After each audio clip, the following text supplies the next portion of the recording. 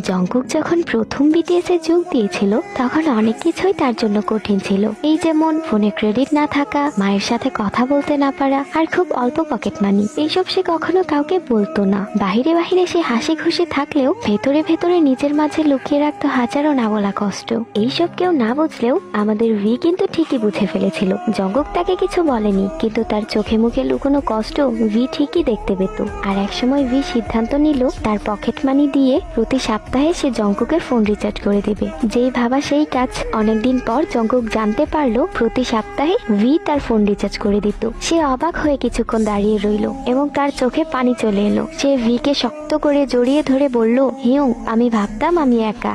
V হেসে উত্তর দিল, মাকনে, তুমি একা নও, আমরা একটা পরিবার। যাও, মাকে ফোন করো। এই ছোট ছোট নীরব যত্নগুলোই তাদের বন্ধুত্বকে আরো শক্ত করে তুলেছে। এতে করেই বোঝা যায় বন্ধুত্ব মানে শুধু একে অপরের পাশে থাকা